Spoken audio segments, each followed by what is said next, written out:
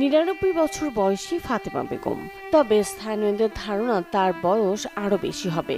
জ্বরের জন্য এক ঝুপড়ি ঘরে মানবেতর দিন কাটাচ্ছিলেন শতবর্ষী এই মা ও তার মেয়ে।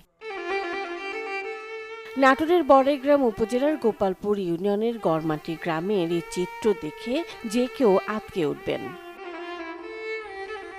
৭১-এর স্বাধীনতা যুদ্ধের পরপরই স্বামীকে হারান ফাতেমা বেগম। একমাত্র ছেলেকে হারিয়েছেন ১০ বছর আগে। এখন শতবর্ষী এই মা ও তার মেয়ের খোঁজ নেয়ার কিংবা ভরণ পোষণ চালানোর মতো আপন কেউ নেই।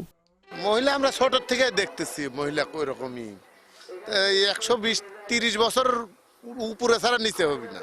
এখানে বাড়ি করেছি, বাড়ি করার থেকে আমি দেখতে পারি বয়স বেশি, এর থেকে বয়স আমার চোখে পড়ে নাই। বয়স্কর আর কোনো ছেলে পেলে নাই, চলা কষ্ট, খাওয়া দাওয়া কষ্ট, সব দিকেই কষ্ট। আর এমন মর্মান্তিক খবরের সন্ধান পেয়ে তাদের পাশে দাঁড়িয়েছে মানবিক সেবা ফাউন্ডেশনের প্রতিষ্ঠাতা চেয়ারম্যান শাহাদাতুল্লাহ নূর সুমন।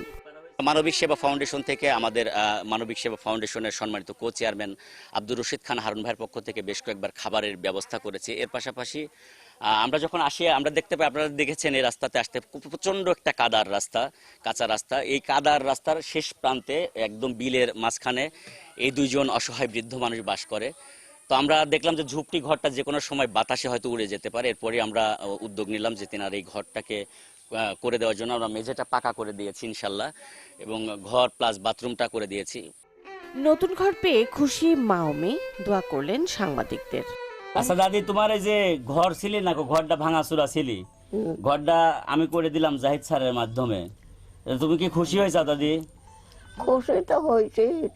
সমাজের অবহেলিত এই মা মেয়ে জীবনের শেষ প্রান্তে এসে অন্তত মাথার উপর একটি নিরাপদ ছাদ পাচ্ছেন, এমন খবরে আনন্দিত এলাকাবাসীও। Desk report, channel 24।